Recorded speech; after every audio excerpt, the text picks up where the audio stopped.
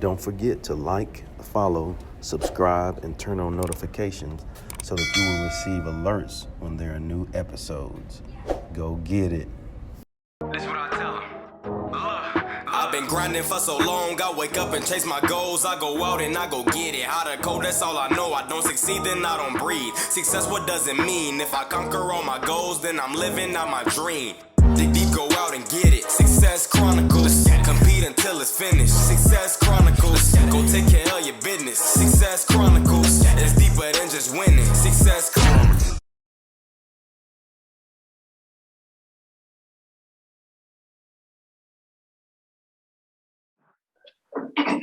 Hey, what's up, everybody? This is Chip Baker coming to you with another episode of the Success Chronicles. Truly excited about this one to have my guy, Mr. Henry McDavid, on. Man, awesome man that's been blessed and fortunate to achieve some really neat things in his giving back. And I'm so grateful to have him on this episode. So first, thanks so much for taking the time to interview. Man, brother, it's an honor and it's definitely a pleasure to be here. And man, I'm excited about it. I've been looking forward to it, so I'm definitely ready. Yes, sir. Well, let's dive into it. If you don't mind, I know off air, we had a deep dive into our passions, right? But if you don't mind sharing with the audience, a little bit about who you are and what it is you do. Okay. Man, just real quickly, they call me Brother Henry. I'm a brother to the people.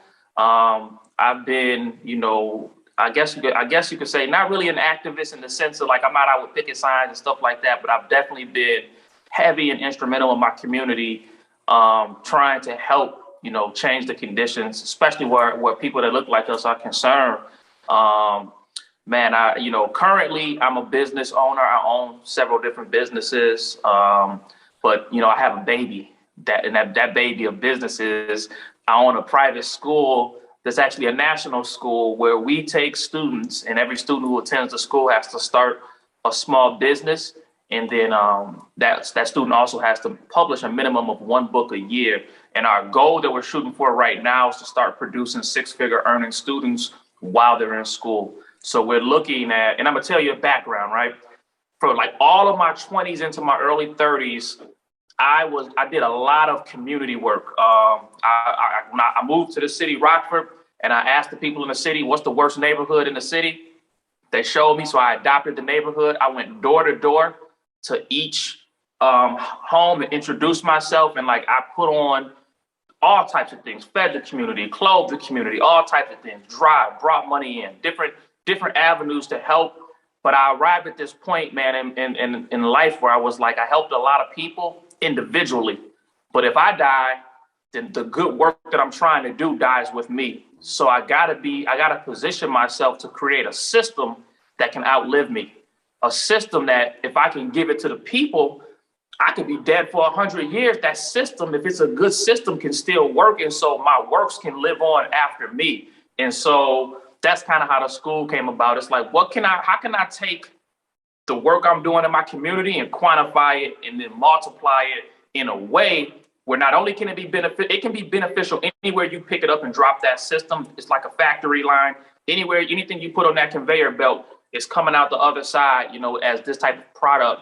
And that really is what drives me, man. It's like, how can I help my people elevate to another level that I wish I could have had the opportunity when I was in school, middle school, high school. Kid, we got 4-year-old published authors, I wish I had that type of opportunity. You know what I mean? So that's what drives me every day. So that's a little bit of the background, like who I am, what I do. I'm also a business coach, of course, but being a business coach is even how we even arrived at creating this type of school with this type of revolutionary idea to it. When we first started the school, we didn't have no teachers, So we just had to make it happen. We just had to, we had to take a leap of faith to make it happen. Yeah, that's awesome. Well, tell us about your academy, like, a little bit more about that. And kind of, I know you mentioned like the entrepreneurial side of it, but like kind of, like where you are. I know you talked to me about some virtual things, like, you don't mind going a little bit more in depth with that. Absolutely. So we have a virtual component and we have a physical component. The virtual component, due to COVID, when everybody was going virtual, we were able to reach people because I realized everybody was home. So what I did was I jumped on the phone and started calling out, because one of the things that makes our school unique is we bring in guest speakers on a regular basis, right? 2-3 times a week, bring in guest speakers. So I started calling people. Everybody was at home. And I was able to contact A. Donahue Baker, who, when I reached out to A. Donahue Baker, his cosign in my school, like blew our school up. It put me in contact with all types of folks I had never dreamed I would meet, right? Millionaires all over the place, CEOs, and the big wig people that I never dreamed I could meet. And from there, man, Marquell Russells and just all these people that were just amazing to me. Like, and actually Marquell, when he came, he flew to our school and he was there for 20 minutes. And he said, you know what? I need you to build this in Atlanta. I said, I can show you how to do whatever. He said, no. I don't want to build it. I want you to bring your school to Atlanta. He said, so come out to Atlanta. Whatever you need, we're going to make it happen. I got a build in mind already, and we'll start building in Atlanta. Same thing in Houston. There's a brother that supports our school. He's a billionaire. They're like, yo, how can we get this in Houston? How can we get this in Atlanta? How can we get this? So it's been crazy in the sense, a good crazy, but it's been crazy in the sense of like building community and we have a little girl in California who goes to our school. She just turned 7. This first semester that just passed, she completed the first grade, the second grade, and she's halfway through third grade, because our school is not like traditional school where you have one grade at a time. You can, because the students work at their own pace, as long as you get the coursework done, kind of like a Montessori, you can complete a whole grade in your own time. So this little girl completed first grade, second grade. She's halfway through third grade. That was her first semester. So when you have those type of stories, my daughter, she just turned 12 on Christmas. She's almost through the 8th grade. So she'll probably graduate high school by like 13 or 14 years old. And so just being able to have those type of, while they're maintaining their businesses. My daughter has published, she's just about to publish her second book, and she's illustrated, I think she said, like 15 books for other people. So like these children are doing stuff that like I never dreamed of doing at their age. And the school really facilitates just some revolutionary thought. Like we get brothers like yourself, right? I'm like, man, come be a guest speaker. Then they pour into the babies, and then you just never know what's going to come out of it. So, man, it's been amazing, brother. That's good stuff, man. Well, I don't know, just hearing you talk about that, and we talked about it off air, me being in education, I love hearing that story, because I know, as well as the impact that it's going to make for generations. Like you said, creating a system that will live forever. Man, it gave me chills when you said that, because that's what it's all about. Yes, sir. It's about creating a legacy, and not just leaving a lasting legacy, but living a legacy as well. Yeah, man. Yeah, that's real. Yeah, that's real right there. Well, what are 3 things you've accomplished in your life that you're proud of? You know what? Well, I guess the school definitely is going to be on that list, right? That, and it's interesting because I have other businesses, but none of my businesses, this is the first business I had that like allowed me to have an impact on a bigger level, where I felt like now I'm finally in my purpose. I got my own stores and stuff like that, beauty supply stores and product lines and all stuff, but that's like personalized to the individual. And it's not a threat to like the current power structure, right? It's not really a disruptor. It's cool to have a Black-owned beauty supply store. I own it, but it's not a disruptor. This is a disruptor. So this is just completely new. So this is definitely one. Probably, of course, getting married is a huge accomplishment. I got married, and this August, I would have been married for 16 years, this coming August. So I think I got married at like 23, 22, something like that, 23. And we kept the boat going, highs and lows, we kept it going. My wife is definitely the major component in my success.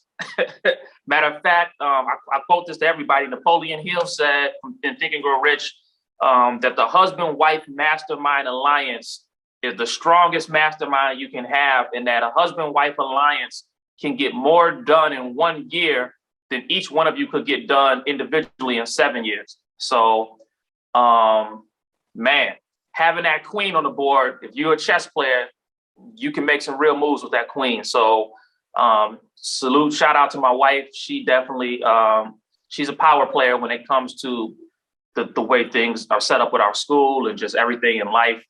And then third accomplishment, I mean, it would probably have to be the birth of my daughter. I mean, that, I don't know if, it's interesting with my daughter too. It's an achievement because we started working, when we found out my wife was pregnant, we started working right then and there. Neither one of us are educators by degree, right? But we started working right then and there, like we would read to her every day. And we started working on her education before she was born. So if you go to our Facebook page, there's videos of her at like 2 doing high level math, right? So by time we homeschooled, so by the time I finally took her to private school as a kindergartner, she was way out of the league of what they had going on. We showed the videos to the teachers and to the staff as we were trying to admit her into the school. And they're like, our children don't learn this till the 3rd grade. Your daughter's doing it at 2, you know? So she's been a shining light. She's brilliant. When I was in school, I was a troublemaker. So it's like getting a second chance to do it right the second time. Yeah. Man, she's brilliant. She's only 12, but she's been able to accomplish so much. And even in her business, she's made thousands of dollars in business at 12 and doesn't even understand so many things. And I'm like, man, just the opportunity is so much of a blessing. So that's an achievement that, those 3 things, man, marriage, of course, my daughter, and this school, I would say, because of all businesses that I have, man, the school is being able, because you don't just impact the individual child, because if I'm teaching entrepreneurship to a child, but their parents don't know, not a family got to get involved. Because I can't send you home with an assignment and then you get it to bring it to your mom and dad, and they like, we don't know what this is. They got to get involved. So it takes a village, and it's creating this village mentality where everybody plays a part. The parents know the other parent's name. The children know their name. It's so different from the traditional public schools out here, which is what we shop for, because in Rockford, according to Forbes, they said that Rockford had the 3rd worst educational system in America. And so, the dropout rate is like 60%. All 4 of the public high schools are labeled national dropout factories. Like, there was a big push for education, but a restructuring of education that actually worked to benefit the children. So it's just been a blessing, brother. It's been a blessing. So those 3 things are the achievements, man. Okay. Well, hearing you talk about your journey, the things that you're proud of, blows me away. And I would consider all of that to be hugely successful. So let's hit on success. What is your definition of success? Man, success for me is being able to achieve, a certain state of awareness, man, because it's like, we mentioned it off air.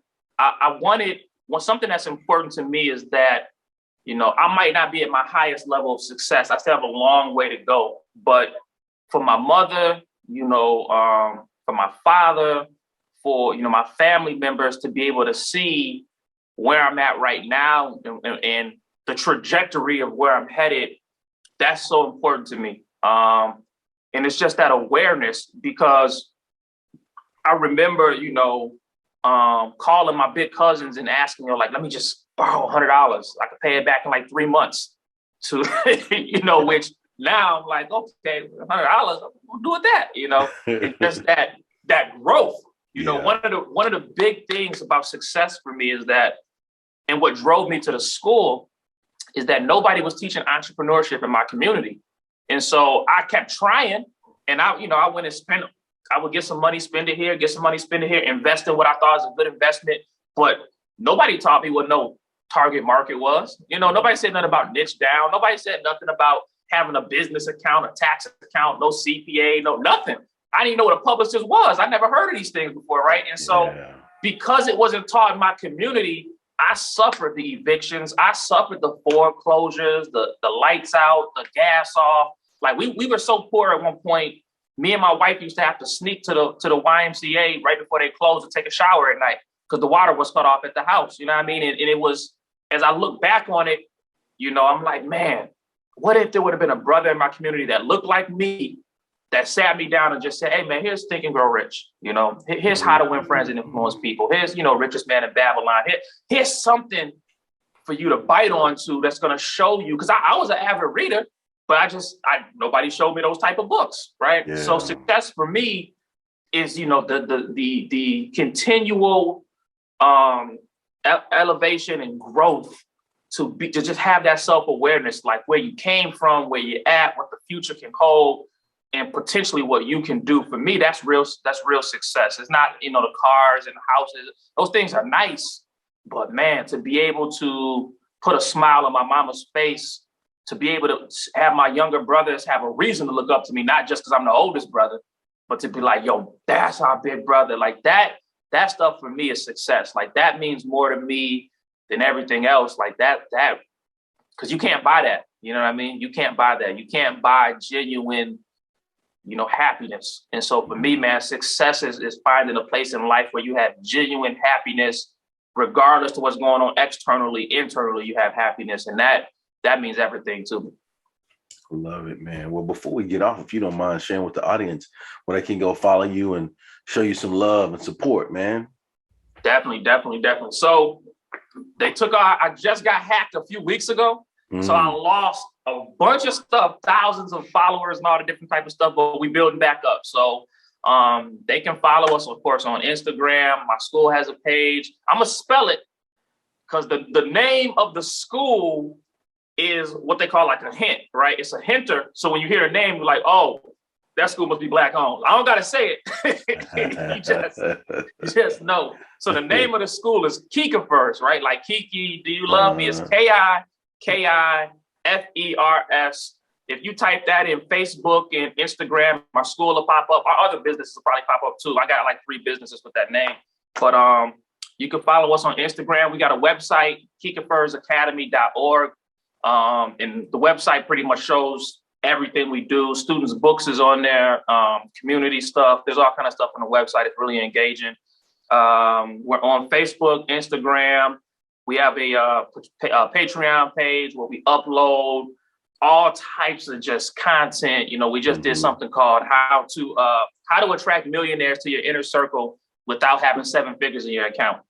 And that piece was the lessons I learned not having 7 figures in my account, but needing millionaires in my life to help me grow to the next level. So they always tell you to find a circle of people that can elevate you. But if you don't know how to find those people, you know, how are you going to, you know, elevate? So we got a Patreon page and everything is Kikifers Academy. So you can Google it. You know, the website will pop up, Facebook, Instagram, Patreon, YouTube. It'll all pop up. And then you'll see a lot of our different students on there as well that's attached to it. And you'll see the things they got going on, you know, and they got different things going on that's interesting to me. So definitely be interesting to other people. Well, there it is. I just want to say again, thanks so much for taking the time to interview with the Success Chronicles. And I wish you continued success. Man, thanks for having me, brother. It's been my honor, my pleasure, brother. Thank you. Yes, sir. And thank you guys for checking out this episode. We'll see you next time. God bless. Go get it.